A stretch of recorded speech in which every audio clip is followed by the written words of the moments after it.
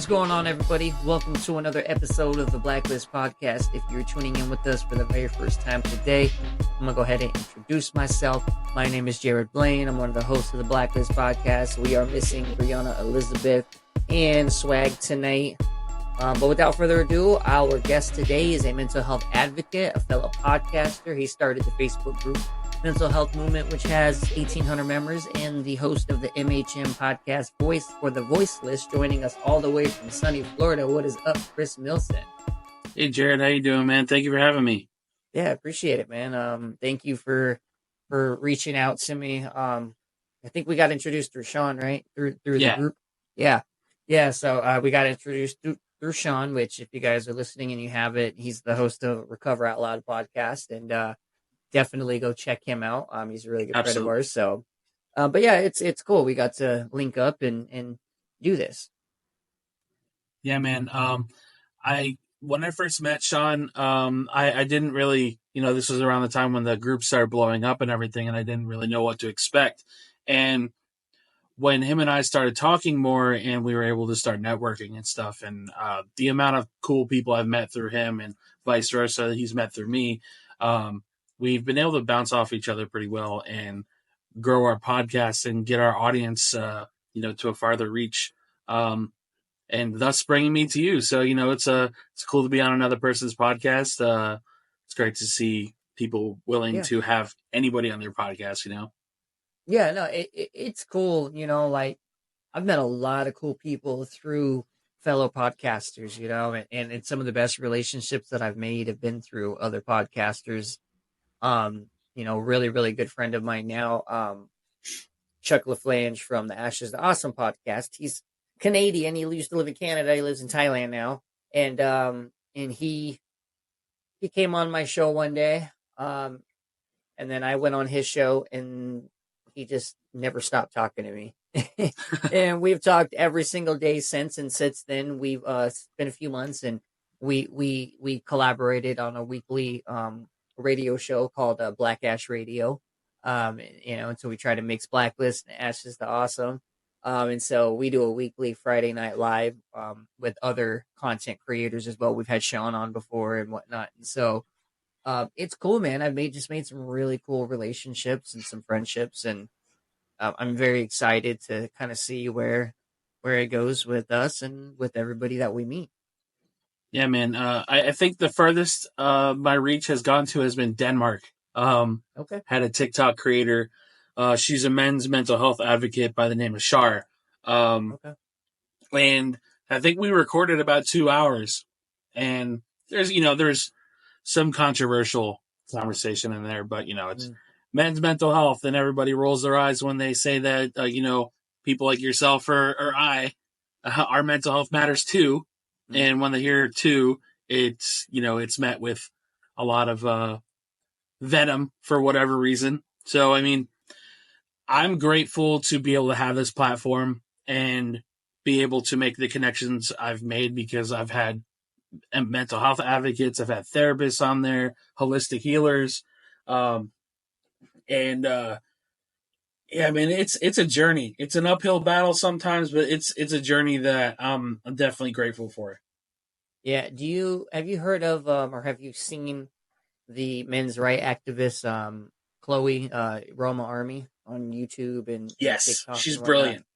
Yeah. So she's supposed to be on the podcast. I reached out to her people and I love I watch all her stuff and I support it. And of course, like you said, you get into even her, there's a bunch of controversy and stuff. And that just goes when you're a female that's a men's right activist. And so, but she's got a couple million subscribers on YouTube and whatnot. And I love her stuff, but I reached out on Instagram and she said she'd do it and hopefully we can make that happen. But, I figured you must, you probably knew of her, so.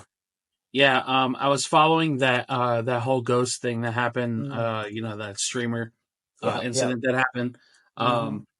She's very controversial, very opinionated, but a lot of what she says, holds a lot of water. And I feel like in this community, I guess just in this society in general, I feel, has gotten so comfortable at bashing people for having different opinions. Mm-hmm. And I don't know when we got here. I don't know why we got here. But it seems like you can't ever have a differing opinion for most of the people on social media. And it's so bad. Um, I'm a big wrestling fan. I've been a fan of wrestling since I was like 7 years old, right? And I've been watching WWE, since I can remember. And there's another company that just started out of Jacksonville called AEW about 4 years ago. And I don't really care for the company. I don't like the owner too much just because he rubs me the wrong way. And I've made it known that I don't really care for their product. I don't support the brand, whatever. I've had my family targeted by people on social media Yeah. because I don't like that said wrestling company. And again, going to the mental health community, it's just as bad, if not worse, because they'll post pictures of your family, like gotcha photos for whatever reason. And it's rough, man. I can only imagine what Chloe goes through. Oh, and she goes through a lot of Oh it, yeah. unfortunately. On the wrestling thing, have you? I'm looking. Have you ever heard of? He was a big superstar from the '90s. Duke the Dumpster Droz. Yeah, I He, believe so. old school dude. Like he was like a big. He was a WWE star in the '90s. Um, did and he did he pass away? no, he's still alive. And the only reason I was asking is I don't. I'm not. I know wrestling, but I'm not like Yeah. big into it like that. But he started following me on Facebook or on Instagram or TikTok. I'm sorry, one day, and I was like, "Who is this?" And so I go, and again, I don't know, and I start going through his page, and I'm like, "Yo, like," I made sure it was a legit account because Hmm. I get a lot of. I'll have one creator musician follow me, and then I probably get 10 fake 10 accounts bots. after Yeah. that. And so I looked. Anyways, I was just curious because I reached out to him and I was like, "Hey man, thanks for the follow. I appreciate it. I don't know how we came across your feed, but um, WWE star." And I was like, so I asked Sean the same thing too. I'm like, "Yo, do you know this?" And Sean said he didn't know who he was, but Hmm. you said you watching WWE for as long as you can remember and all that. I was like, Yeah. "You remember? Uh, There was a it, guy by the name of Draws that did pass away recently, though. So maybe okay, it was just okay, a coincidence on name. yeah. He went by Duke the Dumpster." Hmm. Anyways, I was just curious. I my one of my really good friends. He is a wrestler. He does wrestling. He actually wrestled Big Show on SmackDown one night. Um, Wow. and it, of course he gets paid to lose, but Right. uh, Right. he started. He lives in Arizona. He started a wrestling organization there, and he goes and he trains people and whatnot. And yeah, my kids, oh my gosh, absolutely love him. They're like, "Oh, Jeremiah is famous. He was on SmackDown. He wrestled Big Show." That's Um, awesome. so he brings every time we visit, he brings out his wrestling belts, and he's got a couple wrestling action figures that was made after him that his wife like got him for like That's incredible. something. But yeah, it's cool. So that's about as much into wrestling I've gotten was like through him and supporting him. But aside from Right. that, I really don't know much about wrestling. Yeah. It's definitely a world that takes probably 50% of my time every week, and then the rest of it's either work and the podcast. So I mean, Yeah. keep It's myself a busy. it's a grind, dude. I tell you, even with here, like, man, I probably no joke, my normal job, I probably work 60 plus hours a week, and then I probably throw in 40 hours a week on this. We record 4 times a week. We drop episodes 2 times a week, and between recording, editing, uploading, emails, texts, calendars, all that, Yeah. oh gosh, it's a grind, and you know that. It's insane. And I'm learning to balance like my personal life and the podcast because I started this podcast before I met Brianna, and we actually met through this podcast.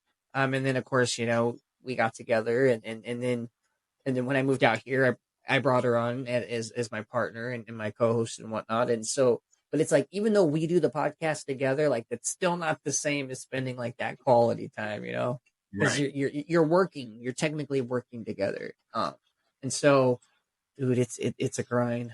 It is, and And I mean, people, I'm hoping one day I can get enough sponsors to where I can do this full time. That's the goal.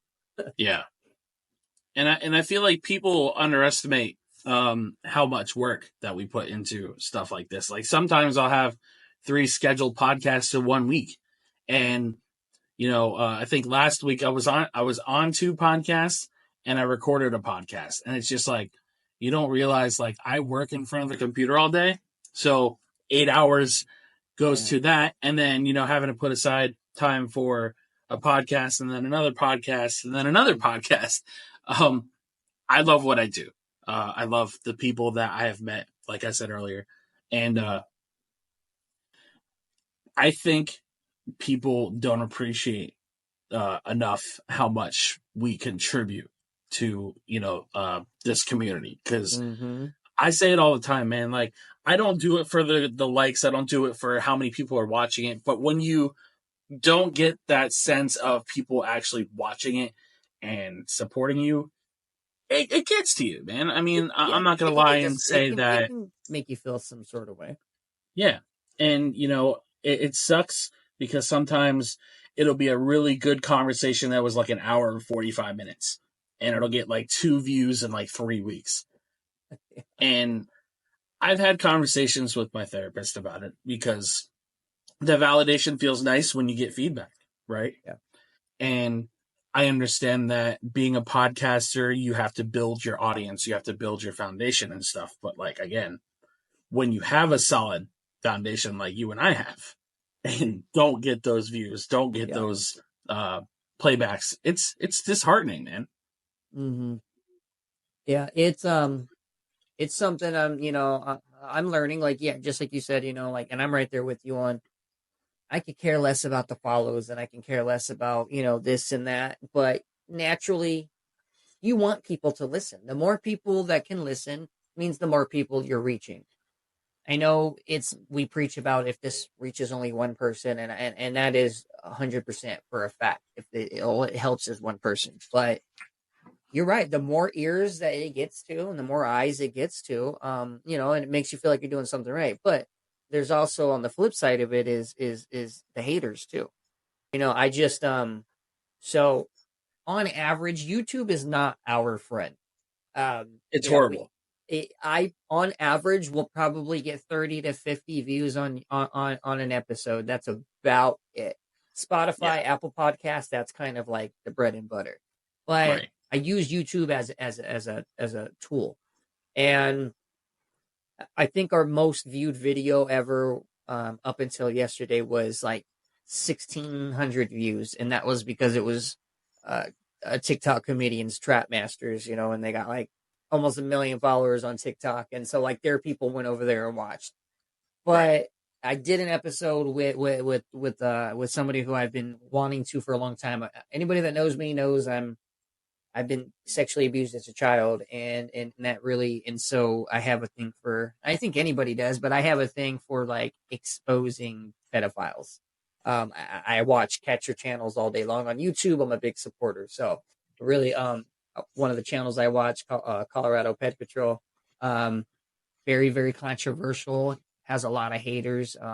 But he's a human being, but he has a designated, I mean, people make websites, just full on websites, just to troll this guy. Someone that's doing good in the company. And so I knew, bringing him on the podcast, I knew I was getting ready to walk into a shitstorm. Like I knew there was going to be backlash from his haters. But listen, we aired it. We got 2,000 views in the first day. And 90% of it was great feedback. And then of course his trolls started coming. Oh, I think I had about 60 comments of his trolls that I finally deleted because I first I let it roll. And because I'm like, listen, every view, every comment, whatever, whether you're hating or not, you're helping us. You're triggering the algorithm. So keep it coming. But after a while, you don't want to see that crap, man. Yeah, So I finally right. went on and I deleted like 60 comments that was just strictly people hating Right. because of what he does. And I'm like, dude, the dude's out there trying to protect kids from pedophiles. And you got this whole community that's anyway. So the So ironically, our video with the most amount of views, the most traffic that we've probably ever had, because we had all his people come. I mean, our subs skyrocketed by like 100 plus on YouTube. Like it was crazy. So the amount of support he has is great, but it was the haters and the Yeah, haters. And I'm learning to we're gonna get to a point where we get big enough where we're gonna have haters, and I'm yeah, learning to get to the point of how not to let it affect my mental health, and do it in a positive manner. So I don't know. I really never had haters up until then.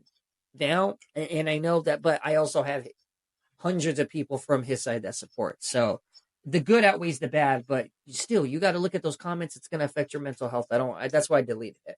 exactly. And for me, both on Spotify and on YouTube, I have it to where I can approve or decline comments, and I know it's kind of like, sure, I guess you could look at that, it's kind of childish or whatever, but like you said, it's filtering, it's Yeah. moderating, and Mhm. I hate YouTube as well.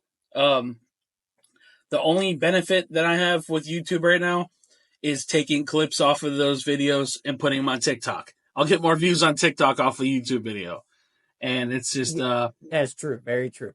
yeah, and it's just it's stupid because YouTube is not user friendly at all, and I don't like anything about YouTube at all.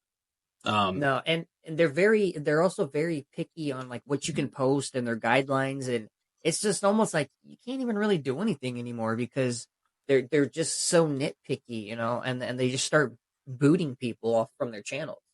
right, and I think the most views I've gotten on a video, and that was Char's because she's got a really large following, is like 60, and that's the most I've ever had. Um, Yeah. my average videos get like maybe 5 to 10 views if I'm lucky. Mm, It's a uphill battle on YouTube, man. But yeah. Spotify, like you said, bread and butter. Hmm. It's Spotify's great. I love everything about Spotify. Yeah. The only complaint I've had about them in the last couple of years that I've ever had them is how they changed their ambassador policy recently, where you needed a consistent 100 listeners for 2 months, and then they changed it to 1,000 right after I got ambassadorship. I'm like, you guys are assholes. Yeah. And I don't think I don't know I don't think I've reached that point yet. Yeah, and it's just it was very deflating when they took it away because I'm like, Yeah. I just hit 100, man, and I was Yeah. working so hard to get You that worked 100. for it. They like dangled it in front of your face, and then they pulled the trigger when Right. you got it. I had it for a whole month and then they took it away. I'm like, you guys suck. Yeah. Yeah. You just keep grinding, man. Just like I said, keep grinding. I yeah, again, YouTube, that's not my thing either. Like, yeah, I in the beginning I used to get like 5, 10. Um, but on average it's probably, yeah, 30 to 50, depending on who the guest is.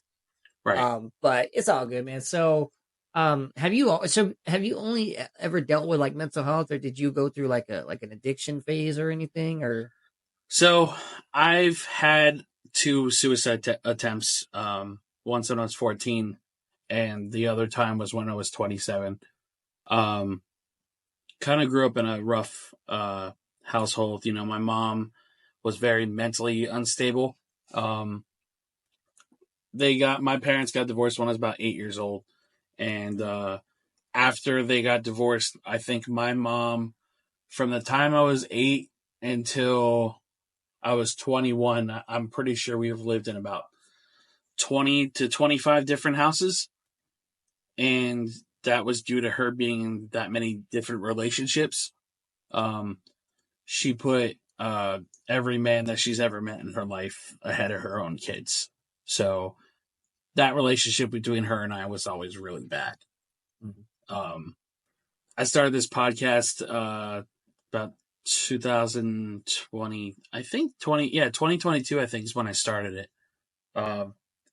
But my whole purpose of starting the group first and then starting the podcast was to give people that voice, the voice that I didn't have when I was struggling. When I was 14, um, and this is the first time. So I was on another podcast talking about my first attempt, and this is the first time I've ever articulated it why I did it in the place that I tried to do it at. And I was walking the halls of ninth grade like a ghost. I didn't know who I was. I didn't know um, what was going on in my life. I didn't know, just trying to discover my identity. And my plan was to take my life at school so people can finally see me.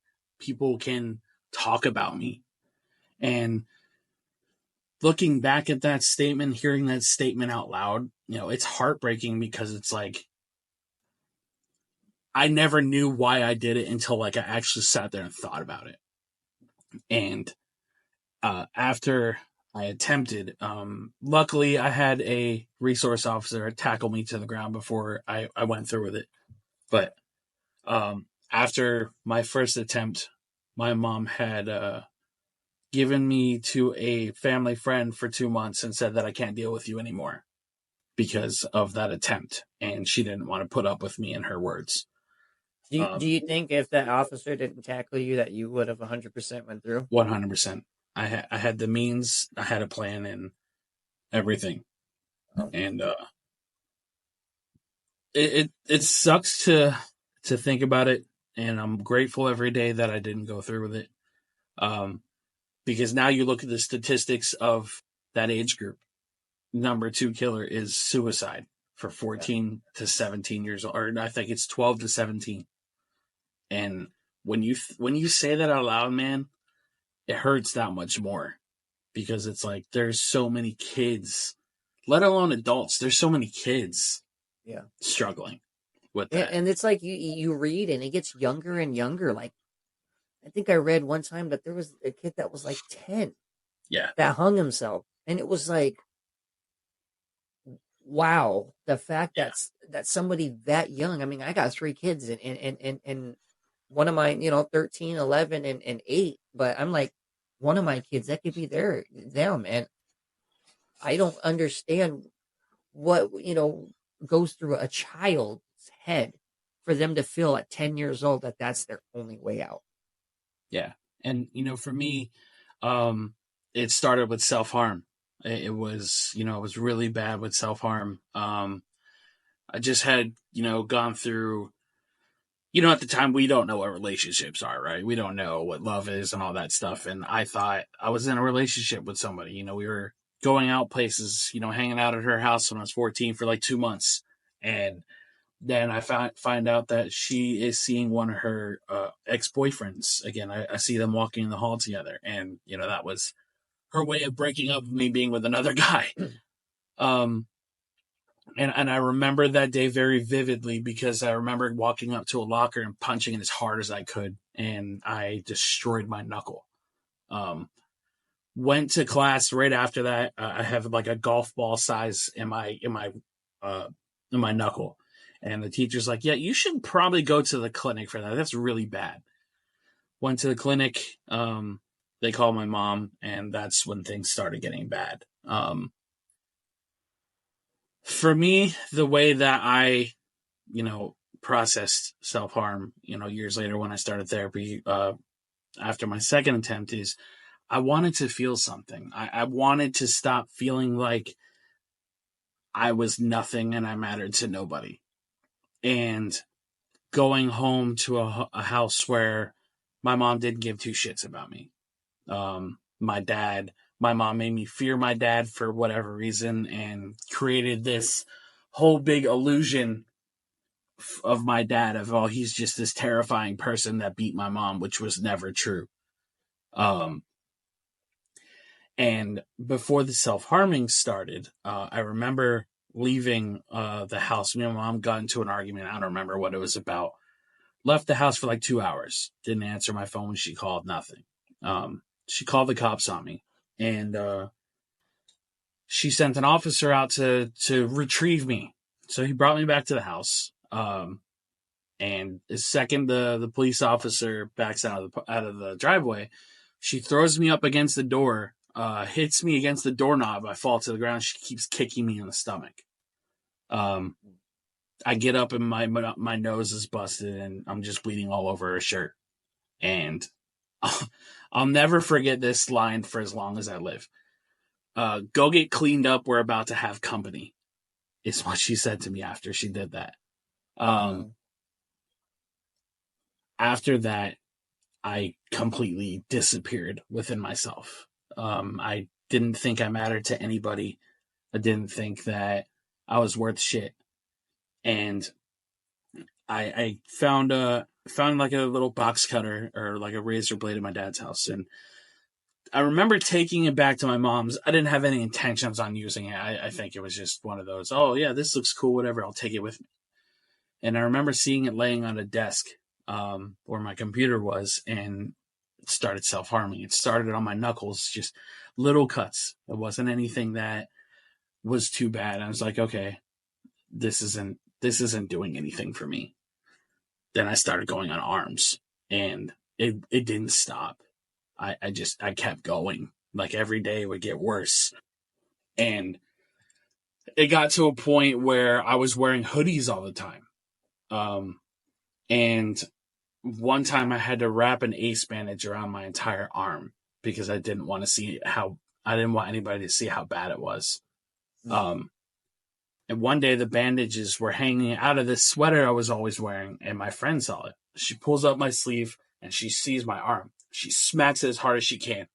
And she's like, "You're stupid. Stop doing this." And at the time, it was just kind of like you don't understand. It didn't feel like a reaching out, like, "Hey, stop doing this. You're hurting yourself." I didn't process it like that. A couple weeks go by, still kind of, I eased up on self-harming a little bit, and it wasn't as bad as it was. And I remember seeing a rope in the backyard. It was like around the tree. And I just remember walking around the backyard, just kept glancing back at it. And I remember walking up to it and just like tugging on it to see how much weight it can hold. And I remember just coming up with a plan. This pain isn't going to stop. These voices aren't going to tell you to stop. You need to submit to these voices because your mom is not going to change. She's always going to treat you like your father's son, not her son, your father's son. And I was always mistreated by her. And my whole life, I always felt like I was imagining that. Like, oh, my mom never treated me like that. She treated all three of us equally. Wasn't until recently when I had family members and old family friends that said, "Yeah, I remember how awful your mom was to you. She treated you like complete shit. She pretended like you didn't exist." And that was that validation I needed for myself going through therapy, because it's like, I'm not crazy. And I remember after I grabbed the rope off the tree, put it in my backpack. I was sitting here thinking, I'm like, how the hell am I going to do this? Why am I doing this? And I remember putting my backpack on the ground in front of this balcony. I think it was between like period changes or something. All these people just walking by me, nobody seeing me, nobody paying attention to anything that I'm doing. I'm like, this is how it needs to be. Nobody gives a shit. Nobody wants me here. Nobody cares. Had the rope on the balcony, and one of my friends had caught wind of it. Like maybe 5 minutes before or after they saw me take it out of my backpack, and they tackled me to the ground. The resource officer they called tackled me to the ground, and I had 2 weeks of outpatient therapy with a therapist that specialized in gambling addiction. So this was 2006, and just to give a little insight of where the world was with mental health resources. Yeah. I couldn't tell you one lesson. Addiction. Yeah. I couldn't tell you one lesson that therapist gave me that I could tell you today. It was useless. And I internalized that depression for so many years. I think, what was that, 14 to 27? So about 13 years, just numb, didn't know, how to process anything, just coasting by, working in a retail job that was awful. And my second attempt, I was, a little bit more clear-headed about it, a little more smarter about how I wanted to do it. And this is when I moved up to New Jersey and with my mom. She gave me this whole spiel saying, oh, move up to New Jersey. It's going to be a lot better up here with me. You won't have to pay bills. You can save money and build your foundation here. Mind you, I had a lot of pushback from family down here because they know how my mom is. I know how my mom is. But for some reason, I have always forgiven my mom, and I don't know why. So I moved up there, and there was the night before, or not night before, but the week before my second attempt. Her and I got into a disagreement, just like when I was younger. And instead, this time, I walked away. I'm like, okay, diffuse the situation, walk away. She'll stop screaming. She follows me down to my room. And when I tell you that she stood in my face and screamed at me for 3 hours without me saying a word, and called me every name in the book, tore me down as a man and as a human being, saying that I wasn't shit and that I wasn't going to be shit. And mind you, I was working 3 jobs at the time and trying to do everything that I could. But she had other intentions of me being up there. I paid bills up there. I paid rent up there. I paid everything up there. And after that 3 hours of getting screamed at, I left the house, just like the last time when I was younger. She called the cops, but she didn't know where I was. My car was stuck in the driveway because it was blocked by cars, and it was stuck in the driveway. I couldn't go anywhere. So I walked into the other town right next to us, sat in the sidewalk as cops were driving by, as people were driving by me. My mom couldn't find me. She couldn't reach me. Then the night after that happened, I was like, we're back to 14 years old again. I don't know what to do with my life. It's in shambles again. And this time I had planned to stay awake for 3 days, not sleep, like 5 minutes, nothing, and get behind the wheel of the car. And we lived on a mountain. And that was my plan, to fall asleep at the wheel while I was driving down the mountain. Thankfully, stupidly enough, I wrote a suicide letter on Facebook. I deleted it within 5 minutes because I said I don't want that kind of attention. After I deleted it, after I got in the car, before I started it up, I get a phone call. First phone call was from my now tattoo artist, who said, hey, I just want you to know, I saw your post. I read it before you deleted it. And I just want you to know that I see you. I hear you. And I want you to know that you are loved, and I care about you, and I want you to be okay. So take the key out of the ignition and, just kind of sit there and take a deep breath. I'm like, okay, somebody actually gives a shit about me out there. Second phone call came from my now late brother, who called me and said, I wanted to reach out to you because for some reason God told me that I need to reach out to you, and said that, I love you and I see you and I want you to be okay.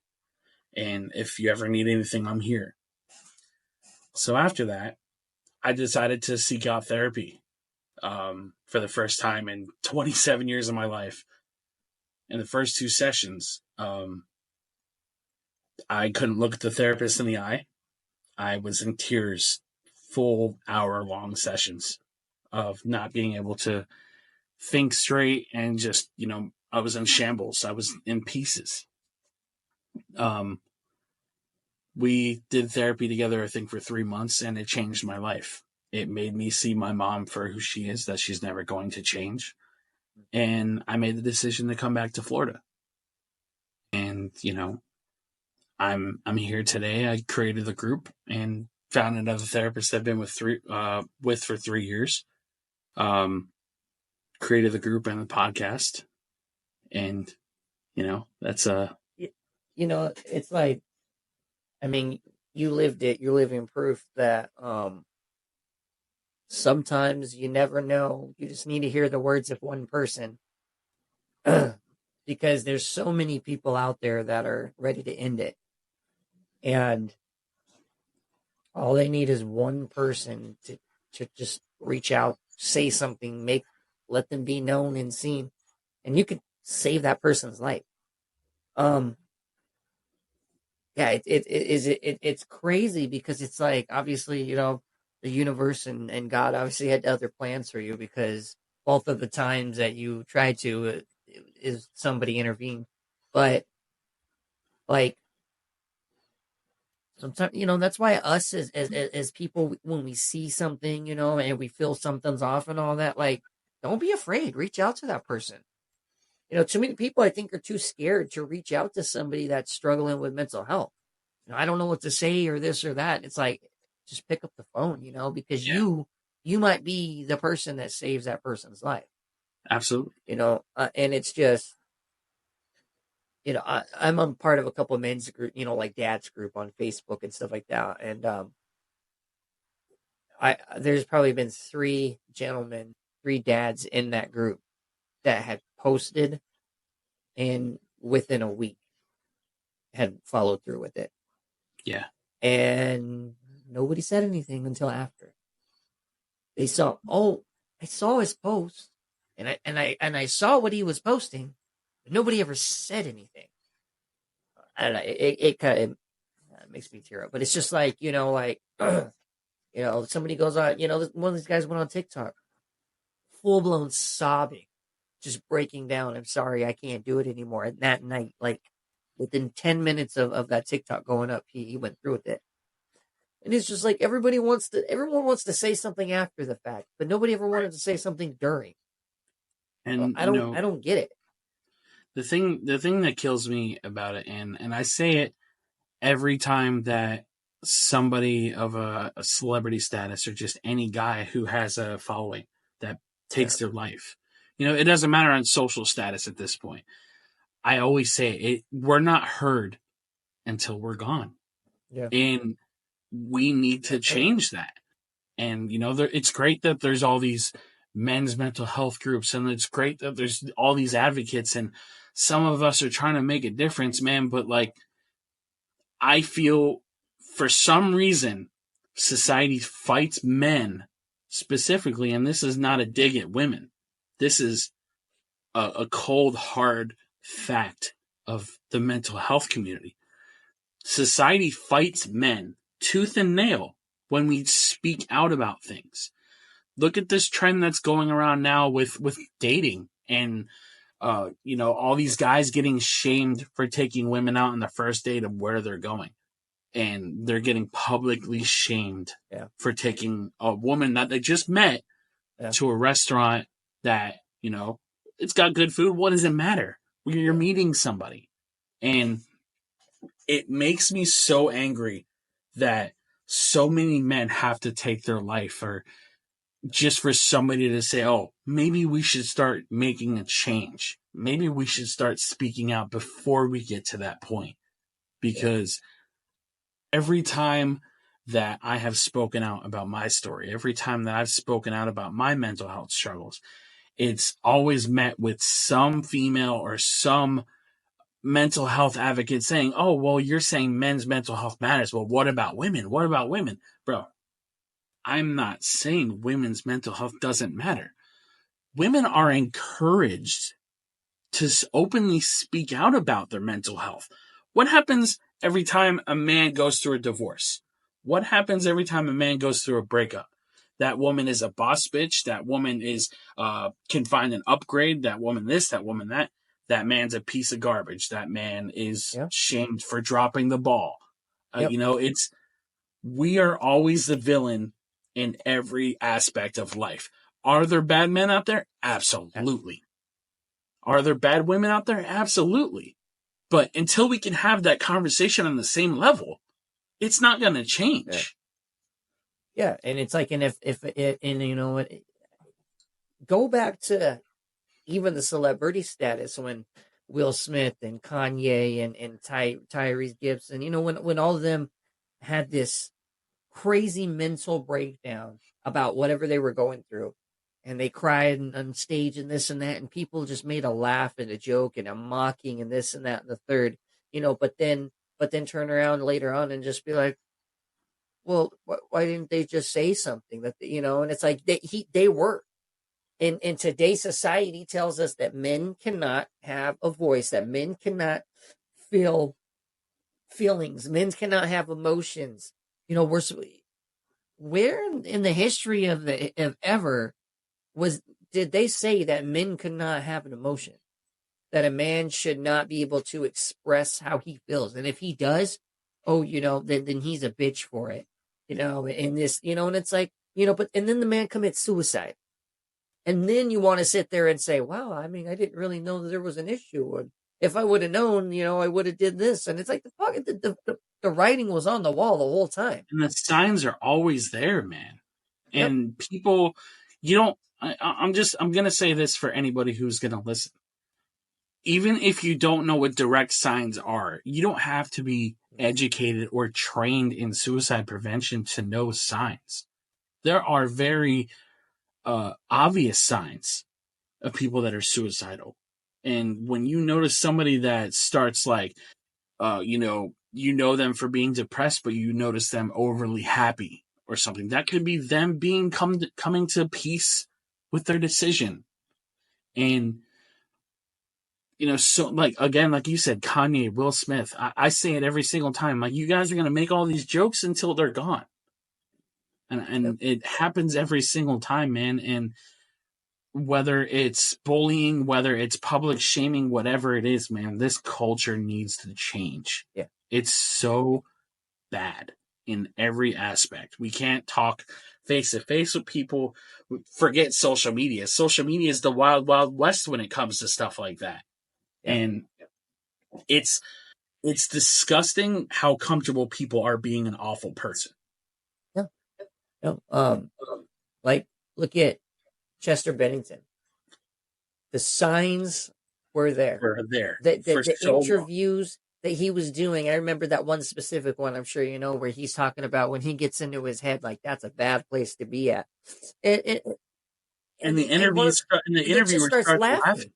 Yeah. But then it's like, and then they showed the video of him and out with his family the night prior, and he's laughing and having fun. And like you said, the signs, maybe him coming to terms with it. And they sit there and be like, well, I didn't know there was a problem. But that interview, he was straight up telling you 100%, and you want to laugh.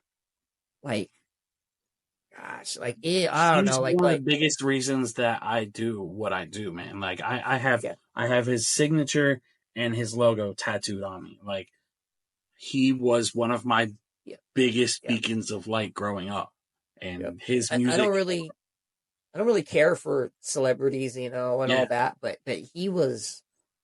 I mean, I grew up Linkin Park, like, got me through all kinds of shit, just like you, and then when, like, that was a hard one. That was a very hard one. Yeah, and Robert Williams is another one that not a lot of people were expecting, and again, those signs were very, very, very open there. He was always making people laugh. He was always making people feel good about themselves. And then everybody finds out that he wasn't like this in the public eye. Like, those signs were there, dude. You just didn't want to see them. Yeah. And for some weird reason, we're in this society of suicide being such a taboo subject that you have to be careful how you word the word suicide on social media, because they block you out of it. Unalive. We have to say unalive. Right. And, it's like, I did a men's mental health article for my job that they actually published on their website. And, it felt great to have that validation and that people were willing to give me that platform to express my story. And I remember writing it up, and out of habit, I put unaliving instead of, commit suicide. And she's like, we're not trying to fight an algorithm here. You can write commit suicide on there. And it felt so weird because the culture has us so accustomed to, I guess, censoring or watering down ourselves just to ease our message up on people's ears. And it doesn't need to be like that. We should be able to have these open conversations with each other and say, hey, we're in a silent epidemic of male suicide. And people need to start seeing that. Yeah. What so what was kind of, you went to therapy and whatnot, and what was kind of the process to start the podcast? Like was it just, what was your thought behind it? So when I started the group back in 2019, I didn't really have a direction, right? It was just kind of I wanted to start a platform to give people a voice because I'm seeing all these mental health groups that just don't let people speak their mind, or they pick and choose who they want to post. And, they would always post these uplifting stories about how people overcame. It's like, okay, that's great, but where's the mud? We need mud in these stories too, man. Like, everybody's voice is important. And I was in this group called Suicide Prevention Rocks. And it started out really great. I posted my story, I was almost a statistic and everything. And, I'm grateful to be alive still. And it got about like 600 likes. It was a very big post in their group. And I was like, okay, so I got something here. People are actually hearing me out. So let me try this again. Post it again. Got like 300-400 likes. So after the second post, they reached out to me and said, hey, would you like to be part of this blog? It's for Joshua York Foundation. This guy lost his husband to suicide and everything, and he started this suicide prevention page, and we want you to write for his blog. I'm like, okay, cool. So I wrote my first blog for them. They published it right away. It didn't get a lot of attention, and I kind of feel like, okay, so either they're trying to water me down, like keep me down to where I wasn't getting attention, because that's what it felt like. Then the second blog that I wrote took me 5 hours to write because there was a lot in there, and I wanted to make sure every detail that I wrote was right.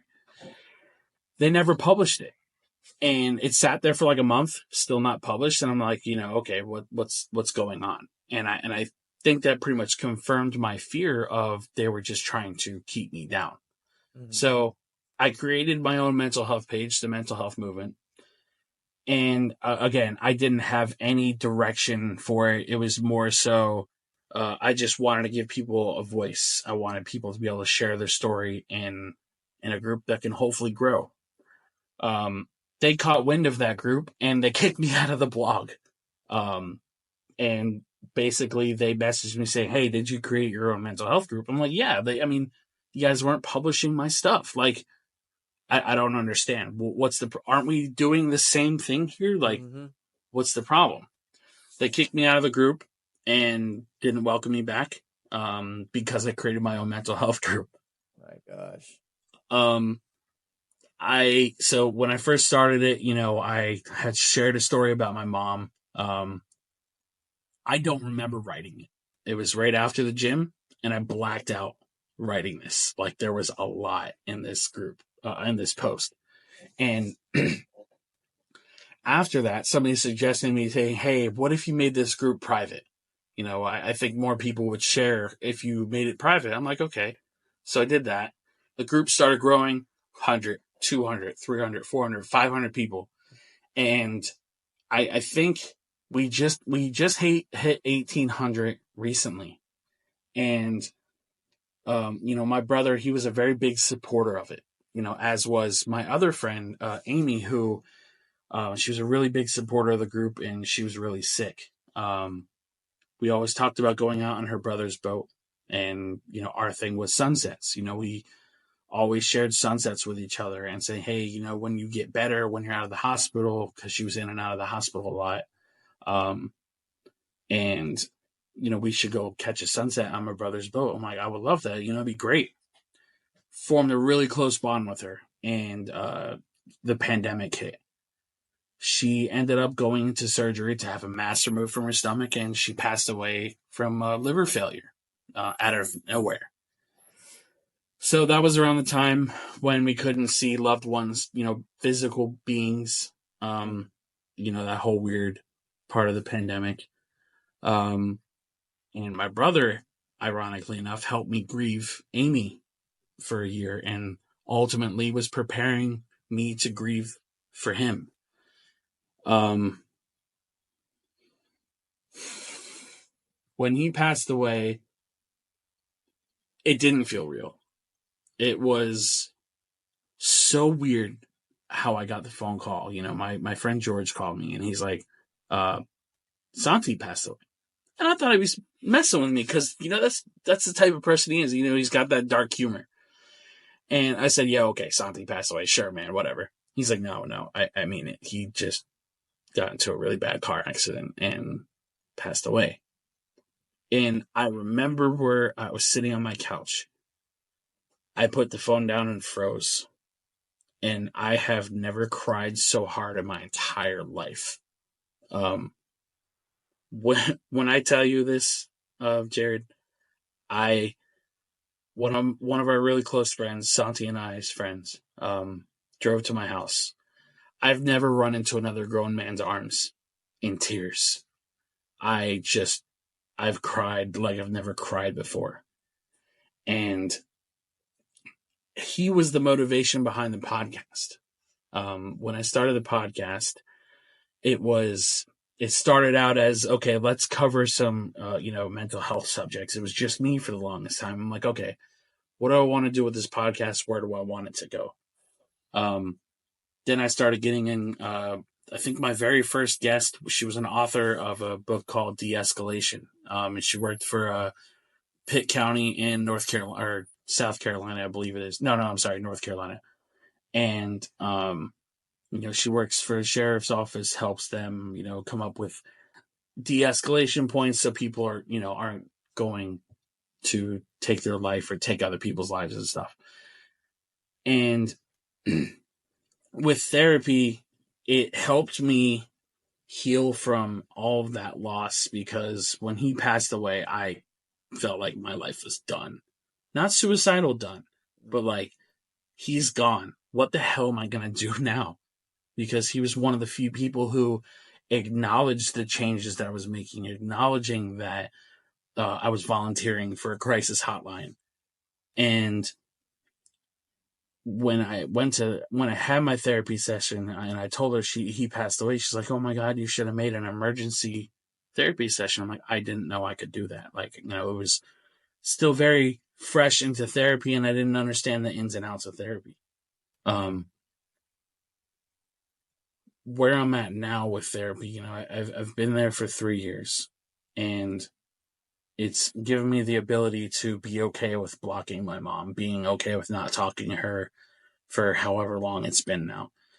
And the podcast has been an experience that I've never thought I would experience, just for the simple fact that the connections I've made, man, the conversations I've had, like this most recent conversation I had with a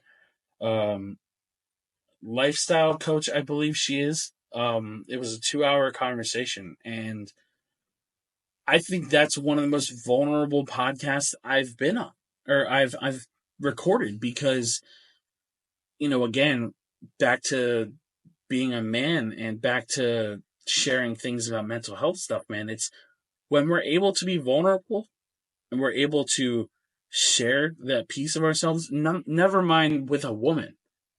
It feels so weird that you just can't help but to get emotional about it, And after that conversation, I was in the middle of, sort of kind of dating this girl. And I had told her, I'm like, this podcast that I just recently did went with a therapy session that I had. And it hit me really hard, because let me ask you something. So, okay, basis of this conversation was the recording that I had with the lifestyle coach. Her and I were talking about being a content creator. Have you ever met somebody who has reached out to you and say, hey, you have a really bright light about you, or you have such a positive vibe about you that I want to be your friend? But the second you step outside that box they created for you, it's like, oh, I don't want to be your friend because you have an opinion. I don't want to be your friend because you're not this happy-go-lucky person all the time. And at the end of the day, man, the inner child in you just wants a friend. Yeah. Have you ever experienced that before? Yeah. Oh, yep. It has. And yeah, that's all you want. Yeah. You just want, and you want a genuine friend, like a true, somebody that loves you for you.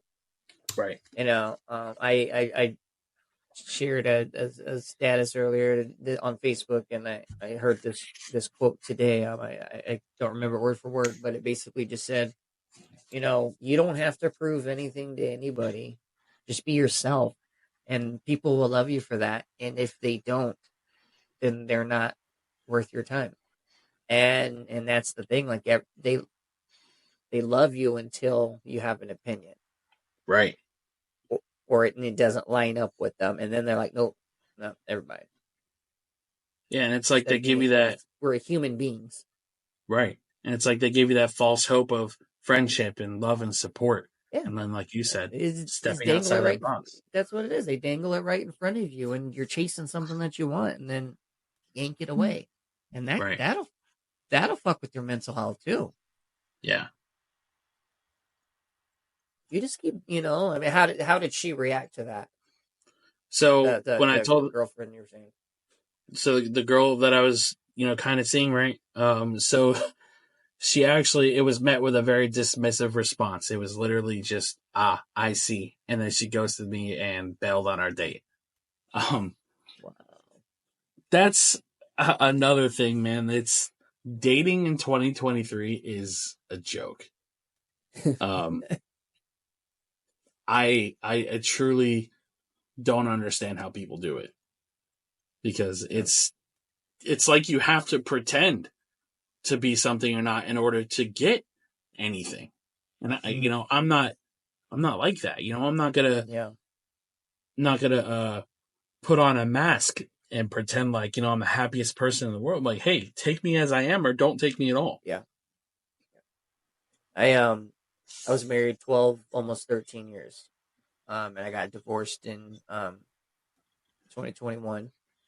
And I was terrified to start over. And I was like, man, I don't want to go through this dating process. Like I got married at 18 years old. I had my first kid at 18, all that. And like, you know, I didn't want I was afraid. And I tried talking to one person before Brianna, and that just was just a shit show. Because it goes back to just people want you to be somebody you're not.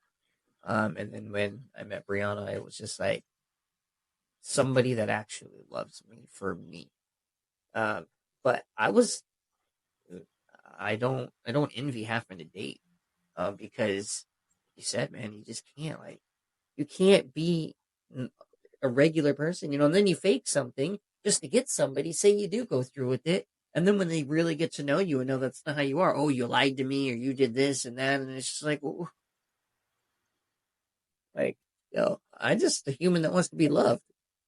Yeah, and when I was talking to one of my friends about the situation, he's this is my best friend that I was talking about earlier. He's like, oh, maybe just don't tell them that you're in therapy and stuff like that. I'm like, why would I not tell them that? That's a big, big thing for you to leave out. And I said that's literally that's one of the things I pride myself on is my mental health. Like, Yeah. I didn't tell her like specific details on my therapy session. It was literally Right. just, hey, I had this conversation and it set me off. Like, okay, you're not supposed to talk about stuff. Like, I thought trying to build with somebody is communication. And he's like, oh, well, some people, the stigma of men and mental health and blah, blah, blah. Yeah, the stigma. So I'm trying to do the opposite of that. Right. And, he didn't mean it in like a malicious way, but it's just kind of like, I'm trying to get him to understand, like, bro, I know you don't go to therapy and I know, I'm not saying you've never gone through anything, but like, you've never had an event to the point of needing to go to therapy. Like, his parents are his parents, and, his mom was around regardless of in what capacity, but my mom was around in all the worst possible ways that she could be. Yeah. And it's Yeah. it's hard to hold those conversations with people who's never been in therapy, man. Yep. And like you said, like when he's like, when, the stigma, and you're like, yeah, like that's, I'm trying to do the opposite. And if you, it would defeat the whole entire purpose of what you stand for, I Yeah, mean, I think everybody can benefit from therapy personally. I mean, absolutely. dude, I'm 34 years old and I still go to therapy, and I didn't go till as an adult. Like I just briefly mentioned, earlier, I was sexually abused at 8 and introduced to pornography and alcohol and all that at 8 years old. And I was physically and mentally and sexually, beaten. And, I'd seen my stepfather die right in front of my eyes at 13, like crazy shit that I did not think that was going to like affect me as an adult. I think I went like after my stepfather passed away. I think I went to like a school counselor a couple times, but I didn't realize until after I got older. Like, yo, I got some issues, some Right. big issues, and it's uncomfortable. It's definitely uncomfortable at times. But like the one thing that I love about Brianna is like she's in therapy herself. And I don't go all the time. Like I should probably go more. And I think I took like the last couple months off from therapy. But now I'm going back in January. But she pushes me to go to therapy, instead of having somebody that, like you said, this dismissive, like I shouldn't have to do, because that's a big part of me. It's a huge part of me. And I think you need to be loud and proud about that. Who cares? The Yeah, right and person is going to is embrace it and accept you for who you right. are. And one of the things I posted it in the group when it happened. I said, I had a conversation with Caleb, and I asked the group. I said, is it a red flag for a guy to tell you that he's in therapy? Like, I don't understand. Like, because I have literally never had a relationship my entire adult life, and I'm 31 years old now. So, like, just to put that into perspective, I have been on not that many dates either. So it's new territory for me, and that's mainly because of having a fucked up relationship with my mom, not having a strong relationship with my siblings and my dad. And and I asked the group, I'm like, is it a red flag? And some people are like, oh, well, time and place, meeting somebody and dating somebody's supposed to be all about fun, blah blah blah. I'm like, okay, like I'll get that. I hear what you guys are saying, but like, at what point do you say, hey, like I'm in therapy, like I'm going to therapy? Like, shouldn't that be like one of the first things that you mention? I mean, I just, maybe me just not understanding how dating truly works. I feel like you would want to know if somebody's going to therapy, Yeah. you know? Just keep doing what you're doing, man. I mean, just keep it up. Like, just keep standing for what you stand for. I do want to say thank you for everything that you do stand for. I lost my grandfather to suicide. My brother-in-law lost him to suicide, and so it's been something that has impacted me at a direct level. Um, so thanks for being that Yeah, voice and doing what you're doing. for sure, man. Thank you for sharing that. And I'm sorry for your losses, man. It's, when suicide directly affects you, it's felt on, a whole other level. I know I didn't know Chester personally. I know I didn't know Robin Williams personally, but Right. both of those men were heavily impactful in my childhood, and it felt like a family member, taking their life. And I remember where I was when Chester passed away, and I had told a friend, I'm like, Chester just passed away. Like, I was like shook. This is before therapy, Chris. So it was like, I didn't know how to process somebody taking their life. Mm. And it was met with oh, who cares? Like, that was literally word for word what that person said. Who cares? It's just a celebrity. And, again, this is 2017. So this isn't where the hashtags were going around saying, mental health matters and mental health awareness week and, men's mental health, blah, blah, blah. It's like, it should be more than a hashtag for a month. It should be more than just, Absolutely. it should be more than just a month for everybody, not just men, Yep. for everybody. Yep. And the fact that we still can't have that united conversation makes that even more frustrating. Yep. I agree. And I think that's the more that we have these conversations and the more that we're loud about it and proud and whatnot, we may not change the world, but we might make a dent in something, we just got to keep doing it. So the more that we have these conversations, these uncomfortable conversations, um it'll get out there. So let Yeah. for the people that don't know, where can they find your podcast? Where can they find your group? Where can they follow you? So my socials, I am Mental Health Movement Pod on Instagram. On TikTok, I am Fellow Traveler MH. Facebook, you can find me on the Mental Health Movement. It has the fist with the background that says Mental Health Awareness on it.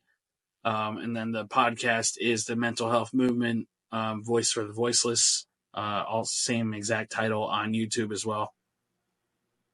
And we'll put the links in the description when the episode drops and whatnot. So Definitely, man. I appreciate you having me.